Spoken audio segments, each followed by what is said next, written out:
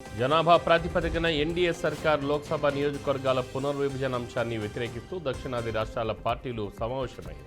ఇక దీనిపై చర్చించేందుకు తమిళనాడు ముఖ్యమంత్రి ఎంకే స్టాలిన్ ఆధ్వర్యంలో చెన్నైలో అఖిలపక్ష సమావేశం జరిగింది.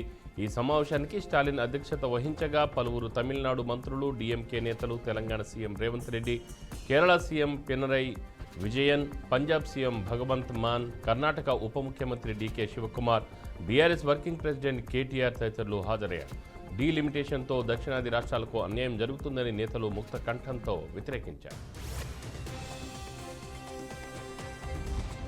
నియోజకవర్గాల పునర్విభజనపై బీజేపీని వ్యతిరేకించే పక్షాలు సమావేశమవడం ఆలు లేదు చూలు లేదు, కొడుకు పేరు సోమలింగం అన్న విధంగా ఉందని కేంద్ర మంత్రి కిషన్ రెడ్డి ఎద్దేవా చేశారు. అసలు నియోజకవర్గాల పునర్విభజనకు అనుసరించాల్సిన విధి విధానాలు ఖరారు కాలేదన్నారు. నియమ నిబంధనలు రూపొందించనే లేదు, కానీ దక్షిణాదికి అన్యాయం జరుగుతుందంటూ పార్టీలు ప్రజల్లో అపోహలు సృష్టించే ప్రయత్నం వారి దిగజారుతనానికి నిదర్శనమని ఆయన వ్యాఖ్యానించారు.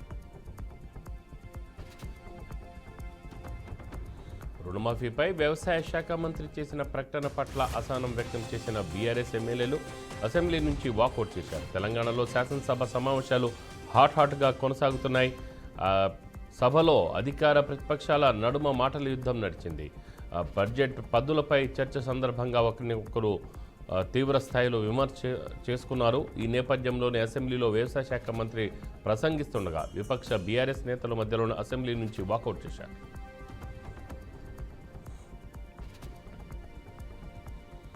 తెలంగాణ బీజేపీకి కొత్త అధ్యక్షుడి నియామకంపై సస్పెన్స్ ఇంకా కొనసాగుతూనే ఉంది. ఇప్పటికే రాష్ట్ర అధినాయకత్వం బూత్ స్థాయి నుంచి జిల్లా అధ్యక్షుల ఎంపిక ప్రక్రియను కూడా పూర్తి చేసింది. ఈ నేపథ్యంలోనే బీజేపీ సీనియర్ నేత కేంద్ర మంత్రి బండి సంజయ్ రాష్ట్ర అధ్యక్ష పదవిపై సంచలన వ్యాఖ్యలు చేశారు.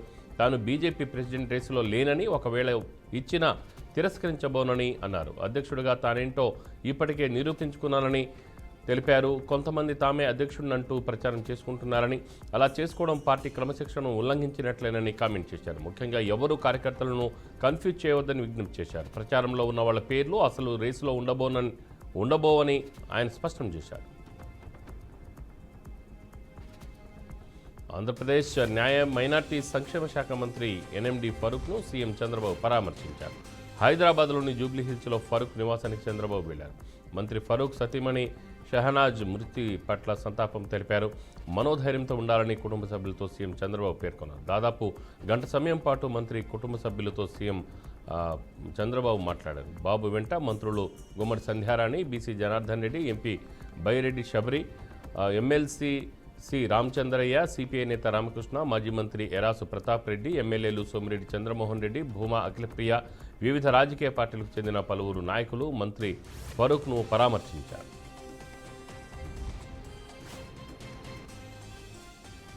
సీఎం చంద్రబాబు నాయకత్వంలో కూటమి ప్రభుత్వం అధికారంలోకి వచ్చాక అన్ని వ్యవస్థలను పటిష్టం చేస్తున్నామని డిప్యూటీ సీఎం పవన్ కళ్యాణ్ అన్నారు.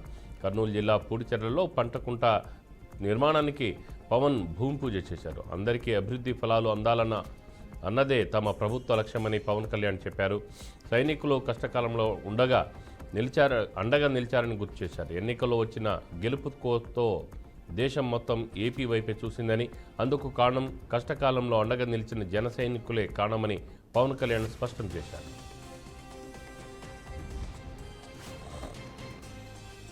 సీఎం కేసీఆర్ కీలక వ్యాఖ్యలు చేశారు. మేనిఫెస్టోలో పెట్టుకున్న కళ్యాణ లక్ష్మి, రైతు బంధు పథకాలను ప్రజలకు అందించిన ఘనత బీఆర్ఎస్ ప్రభుత్వానిది. అయితే హామీలను అమలు చేయని ఘనత ప్రస్తుత కాంగ్రెస్ ప్రభుత్వానిదని ఆరోపించారు. గోదావరి కన్నీటి కోస పేరిట రామగుండం మాజీ ఎమ్మెల్యే కోరుగొంటి చంద్ర ఆధ్వర్యంలో రామగుండం నుంచి ఎర్రవల్లి వరకు 180 కిలోమీటర్ల పాదయాత్ర కేసీఆర్ ఫామ్ హౌస్కు చేరుకుంది. ఈ ముగింపు సభలో బీఆర్ఎస్ అధినేత కేసీఆర్ మాట్లాడుతూ తెలంగాణను ఆనాడు బలవంతంగా ఆంధ్రలో కలిపి ఇందిరాగాంధీ మోసం చేశారన్నారు. ఏపీలో కూటమి లేకుంటే చంద్రబాబు గెలిచేవాడే కాదని తెలిపారు. ప్రతి ఒక్కరూ ఒక్కో కేసీఆర్లా తెలంగాణ హక్కుల కోసం పోరాటం చేయాలని ఆయన పిలుపునిచ్చారు. డీలిమిటేషన్పై తీవ్ర చర్చ జరుగుతున్న నేపథ్యంలో తమిళనాడు సీఎం స్టాలిన్ చెన్నై వేదికగా అఖిలపక్ష సమావేశం ఏర్పాటు చేశారు. ఈ సమావేశానికి ఎన్డీఏ కూటమిలోని పార్టీలు మినహా అన్ని పార్టీల సీఎంలు హాజరయ్యారు. డీలిమిటేషన్కు సంబంధించి ఆల్ పార్టీ మీటింగ్కు ఏపీ మాజీ సీఎం జగన్కు ఆహ్వానం పలికింది తమిళనాడు ప్రభుత్వం. ఈ నేపథ్యంలో డీలిమిటేషన్కి పై ప్రధాని మోదీకి వైఎస్ జగన్ లేఖ రాయడం హాట్ టాపిక్గా మారింది. దక్షిణాది రాష్ట్రాల్లో ఎంపీ సీట్లు తగ్గకుండా చూడాలని ప్రధాని మోడీని జగన్ కోరారు. అలాగే 2026లో జరిగే డీలిమిటేషన్పై దక్షిణాది రాష్ట్రాల్లో ఆందోళన నెలకొందని, డీలిమిటేషన్ వల్ల ఎంపీ సీట్లు తగ్గుతాయని దక్షిణాదిలో చర్చ జరుగుతుందని పేర్కొన్నారు. జనాభా ప్రాతిపదికన కాకుండా చూడాలని ప్రధాని మోదీకి రాసిన లేఖలో వైఎస్ జగన్ కోరారు. ఆంధ్రప్రదేశ్కు త్వరలో కొత్త డీజీపీ రాబోతున్నారు. ప్రస్తుతం హరీష్ కుమార్ గుప్తా ఇన్ఛార్జి డీజీపీగా సేవలందిస్తున్నారు. ఆగస్టు 31తో హరీష్ కుమార్ గుప్తా పదవీ కాలం ముగియనుంది. దీంతో పూర్తిస్థాయి డీజీపీని నియమించేందుకు ప్రభుత్వం కసరత్తులు చేస్తుంది. 5 సీనియర్ ఐపీఎస్ అధికారుల పేర్లను ఇప్పటికే పరిశీలించింది. అయితే వీరిలో హరీష్ కుమార్ గుప్తా పేరు కూడా ఉంది. ఈ మేరకు కేంద్రానికి ప్రతిపాదనలు పంపించింది. 5 సీనియర్ ఐపీఎస్ అధికారులు హరీష్ కుమార్ గుప్తా, రాజేంద్ర ప్రసాద్ రెడ్డి, కుమార్ విశ్వజిత్, సుబ్రహ్మణ్యం, మాదిరెడ్డి ప్రతాప్ పేర్ల లిస్టును కేంద్రానికి పంపింది. కేంద్రం పరిశీలించి వీరిలో 3 పేర్లను రాష్ట్ర ప్రభుత్వానికి పంపనుంది. ఇందులో ఒకరిని రాష్ట్ర ప్రభుత్వం ఎంపిక చేయనుంది. అనంతరం డీజీపీ నియామకంపై అధికారిక ప్రకటన చేయనుంది. ఈ మేరకు రాష్ట్రానికి కొత్త డీజీపీ ఎవరనే ఉత్కంఠ కొనసాగుతోంది. సినీ నటుడు పోసాని కృష్ణమురళి ఎట్టకేలకు విడుదలయ్యారు. గుంటూరు కోర్టులో ఆయనకు బెయిల్ రావడంతో ఆయన విడుదలయ్యారు. జైలు నుంచి బయటకు వచ్చిన ఆయనకు మాజీ మంత్రి అంబటి రాంబాబు, బీజేపీ నేతలు స్వాగతం పలికారు. ఈ నేపథ్యంలో పోసాని భావోద్వేగానికి గురయ్యారు. జైలు నుంచి విడుదలైన తర్వాత దేశం విడిచి వెళ్లరాదని, అదేవిధంగా కేసు గురించి బహిరంగంగా మాట్లాడకూడదని కోర్టు సూచించింది. 4 వారాల పాటు ప్రతి గురువారాల్లో మంగళగిరిలోని సిఐడి కార్యాలయం సంతకం చేయాలని, కేసు దర్యాప్తునకు పూర్తిగా సహకరించాలని పోసానిని కోర్టు ఆదేశించింది. జైలు నుంచి విడుదలైన పోసానిని మాజీ మంత్రి అంబటి రాంబాబు జైలు బయట యోగక్షేమాలు అడిగి తెలుసుకున్నారు. ఈ సందర్భంగా ఆయన సంచలన ఆరోపణ చేశారు. మంత్రి నారా లోకేష్ చెప్పడం వల్లే బెయిల్ వచ్చిన చాలాసేపటి వరకు బయటకు వదలకుండా ఆపారన్నారు. లోకేష్ కనుసన్నల్లో అంతా నడుస్తుందని ఆరోపించారు. 24 రోజుల నిర్బంధం తర్వాత పోసాని జైలు నుంచి రిలీజ్ అయ్యారు. న్యాయస్థానం ఆదేశాల మేరకు పోసాని మాట్లాడలేదన్న ఆయన పోసాని హత్యలు, దొంగతనాలు, దోపిడీలు చేయలేదు, మీడియా ముందు మాట్లాడారని కేసులు పెట్టారని తెలిపారు. 2 ప్రెస్ మీట్లు పెడితే 18 కేసులు పెట్టి 24 రోజులు నిర్బంధించారని ఆరోపించారు. ఆంధ్రప్రదేశ్ సీఎం చంద్రబాబు ఆదేశాల మేరకు తెలంగాణ రాష్ట్ర ప్రజాప్రతినిధుల సిఫార్సు లేఖలకు శ్రీవారి దర్శనం సోమవారం నుంచి అమల్లోకి రానుంది. ఇందులో భాగంగా ఆదివారం సిఫార్సు లేఖలు స్వీకరించడం జరుగుతుంది. అయితే ఇదివరకే టీటీడీ ప్రకటించిన విధంగా ఈ నెల 30వ తారీఖున ఈ శ్రీ విశ్వావాసునామ సంవత్సర తెలుగు ఉగాది ఆస్థానాన్ని పురస్కరించుకొని మార్చి 25న శ్రీవారి ఆలయంలో కోయల్ అళ్వార్ తిరుమంజనం జరగనున్న నేపథ్యంలో వీఐపీ బ్రేక్ దర్శనాలు రద్దు చేయబడ్డాయి. ఈ కారణంగా మార్చి 25వ తేదీన వీఐపీ బ్రేక్ దర్శనం కొరకు మార్చి 24వ తారీఖున ఎటువంటి సిఫార్సు లేఖలు స్వీకరించబడవని భక్తుల కొరకు మరోసారి తెలియజేయడమైనది. మాజీ మంత్రి వివేకానందరెడ్డి హత్య కేసులో మరో కీలక పరిణామం చోటు చేసుకుంది. తండ్రి హత్య కేసు విచారణపై వివేక కూతురు సునీత తెలంగాణ హైకోర్టులో పిటిషన్ వేశారు. రోజువారీ విచారణ చేసేలా ఆదేశాలు ఇవ్వాలని పిటిషన్లో ఆమె కోరారు. 6 నెలల్లోగా కేసు విచారణ పూర్తి చేసేలా ఆదేశాలు ఇవ్వాలని కోర్టుకు విజ్ఞప్తి చేశారు. సిబిఐ అధికారులతో పాటు నిందితులను కూడా ఆమె ప్రతివాదులుగా చేర్చారు. కేసు విచారణ 15 నెలలుగా ముందుకు సాగడం లేదని న్యాయస్థానానికి తెలిపారు. ఈ పిటిషన్పై ప్రత్యేక ధర్మాసనం విచారణ జరిపింది. సిబిఐతో పాటు కేసులో నిందితులుగా ఉన్న వారందరికీ వ్యక్తిగతంగా నోటీసులు ఇచ్చేందుకు సునీత తరపు న్యాయవాదికి అనుమతినిచ్చింది.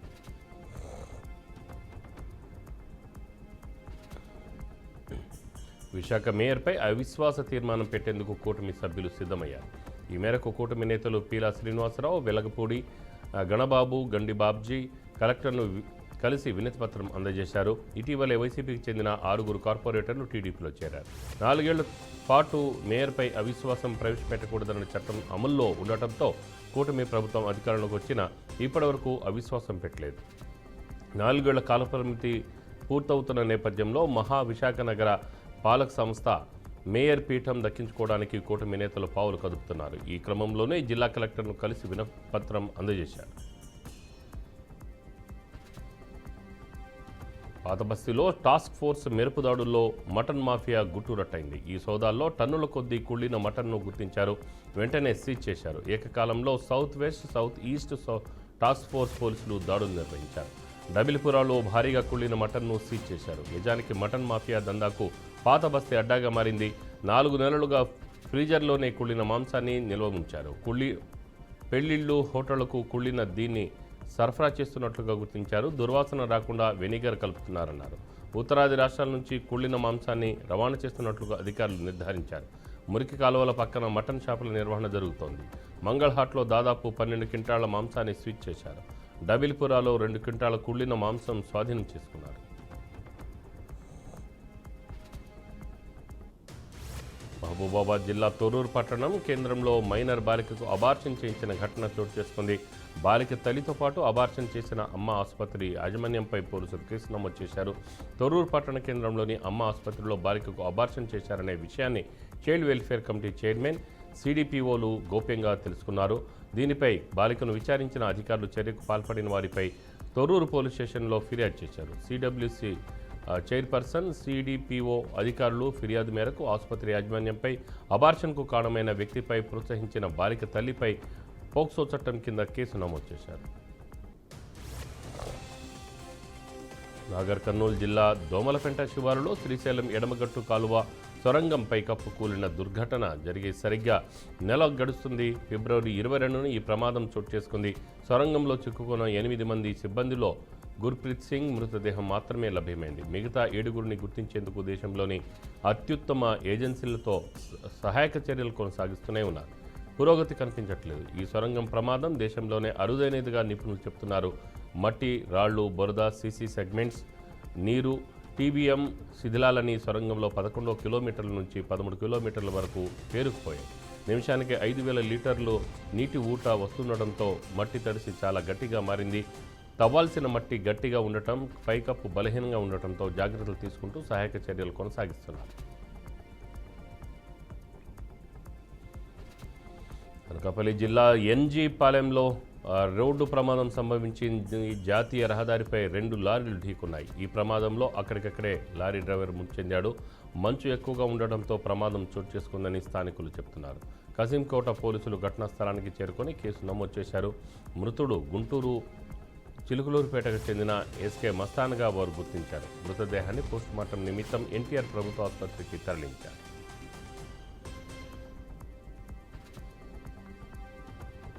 చిత్తూరు జిల్లాలో దారుణం చోటు చేసుకుంది. జోడి చింతలకి చెందిన లోకేష్ అనే వ్యక్తి తల్లిపై కోపంతో పురుగుల మందు తాగి ఆత్మహత్యాయత్నం చేశాడు.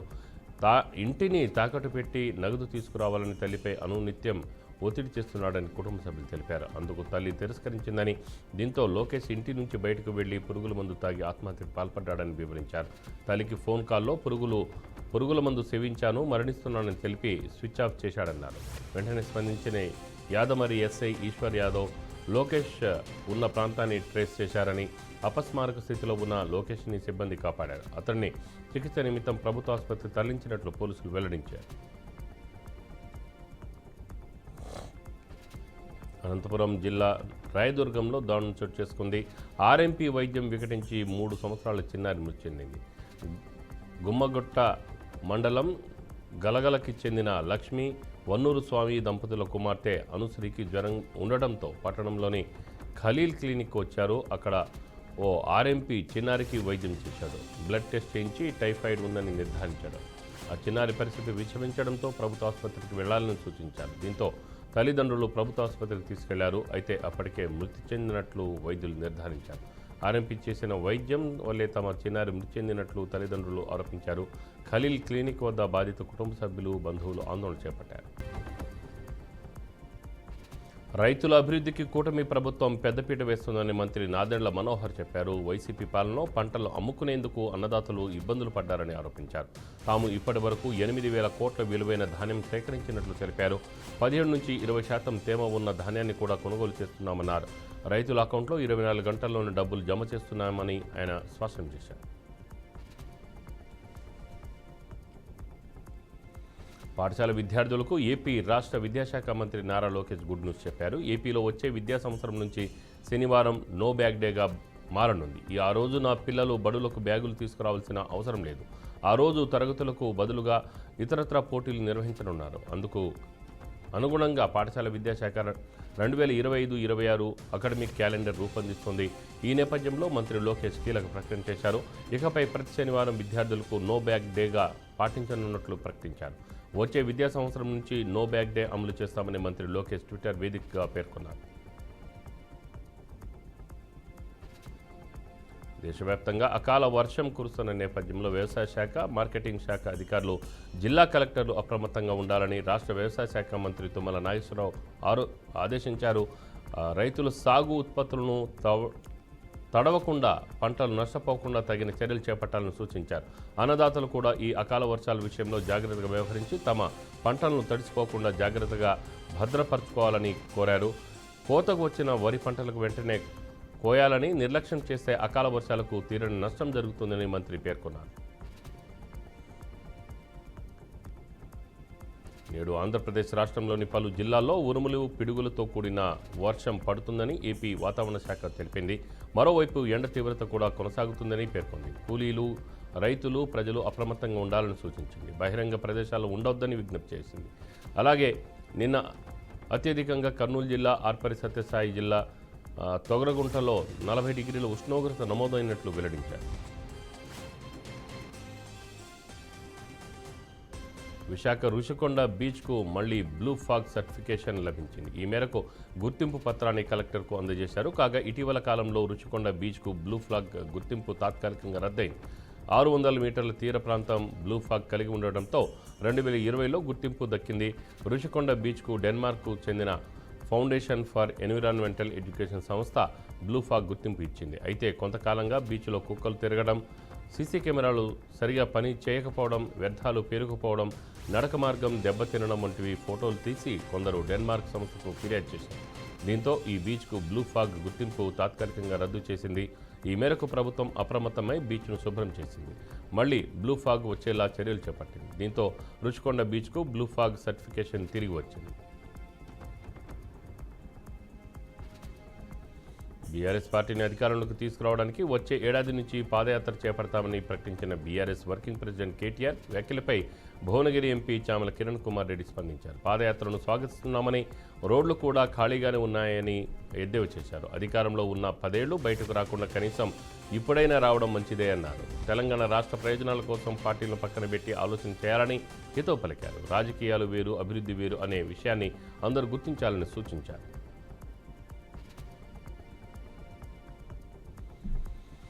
నాగ్పూర్ హింసపై మహారాష్ట్రలో ముఖ్యమంత్రి దేవేంద్ర ఫడ్నవీస్ కీలక వ్యాఖ్యలు చేశారు. ఈ అల్లర్లలో బంగ్లాదేశీయులు ప్రమేయంగా ఉందా లేదా అనే విషయంపై స్పష్టత రావాల్సి ఉందన్నారు. నాగ్పూర్లో హింసకు సంబంధించిన కారణాలపై మహారాష్ట్ర బీజేపీ అధ్యక్షుడు చంద్రశేఖర్ సమక్షంలో పోలీసు ఉన్నతాధికారులతో ఫడ్నవీస్ సమావేశమయ్యారు. ఆ తర్వాతే ఈ వ్యాఖ్యలు చేశారు. హింసకు కారణమైన వారి నుంచే ఆస్తి నష్టం మొత్తాన్ని వసూలు చేస్తామని ఫడ్నవీస్ పేర్కొన్నారు. వారు డబ్బు చెల్లించకపోతే ఆస్తులు స్వాధీనం చేసుకుని విక్రయిస్తామని బెదిరించారు. అంతేకాకుండా బుల్డోజర్ చర్యలు తీసుకుంటామని హెచ్చరించారు. వికసిత్ ఢిల్లీ బడ్జెట్ విషయంలో ప్రజల నుంచి 10,000 సూచనలు అందినట్లు ముఖ్యమంత్రి రేఖా గుప్తా తెలిపారు.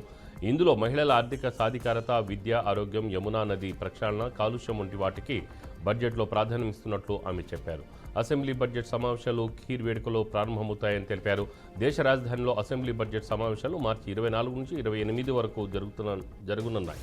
మార్చి 25న బడ్జెట్ను ప్రవేశపెట్టనున్నారని రేఖా గుప్తా పేర్కొన్నారు. ప్రజల నుంచి మెయిల్ ద్వారా 3,303 సూచనలు రాగా వాట్సాప్ ద్వారా 6,982 సూచనలు వచ్చినట్లు వెల్లడించారు. వాటిని పరిగణలోకి తీసుకొని బడ్జెట్ను రూపొందిస్తామని ఆమె తెలిపారు. కెనడాలో కొత్త ప్రభుత్వం ఏర్పడిన నేపథ్యంలో ఆ దేశ సంబంధాలపై భారత్ కీలక వ్యాఖ్యలు చేసింది. కెనడా మాజీ ప్రధాని జస్టిన్ ట్రూడో ఆధ్వర్యంలోనే తీవ్రవాదులకు, ఉగ్రవాదులకు లైసెన్సులు వచ్చాయని విదేశాంగ శాఖ అధికార ప్రతినిధి జైస్వాల్ అన్నారు. దీని కారణంగానే భారత్, కెనడా మధ్య సంబంధాలు తీవ్రంగా దెబ్బతిన్నాయని తెలిపారు. కొత్త నాయకత్వంలో పరస్పర విశ్వాసం, సున్నితత్వంతో మళ్లీ సంబంధాలు పునరుద్ధరించాలని ఆశిస్తున్నానని జైస్వాల్ పేర్కొన్నారు. ఇటీవల నూతన ప్రధాని ఎన్నికైన అనంతరం మార్క్ కార్నీ సైతం భారత్తో సంబంధాలపై మాట్లాడారు. ట్రూడో పాలనలో భారత్తో దెబ్బతిన్న సంబంధాలను తిరిగి పునరుద్ధరిస్తామని ఆయన స్పష్టం చేశారు. హమాస్ల మధ్య ఉద్రిక్తల నేపథ్యంలో పశ్చిమాసియా మళ్లీ రణరంగంగా మారింది. ఇటీవల ఇజ్రాయెల్ జరిపిన భీకర దాడుల్లో 400కు పైగా ప్రాణాలు కోల్పోయారు. గాజాలో ఇజ్రాయెల్ దాడులకు ప్రతిస్పందనగా హుతీయులు యెమెన్ నుంచి క్షిపణిని ప్రయోగించారు. ఇజ్రాయెల్ విమానాశ్రయం లక్ష్యంగా ఈ దాడికి పాల్పడినట్లు తెలుస్తుంది. కాగా ఆ క్షిపణిని నేలకూల్చామని ఇజ్రాయెల్ సేనలు ప్రకటించాయి. గాజాపై ఇజ్రాయెల్ దురాక్రమణ ముగిసే వరకు తమ దాడులు కొనసాగిస్తామన్నారు.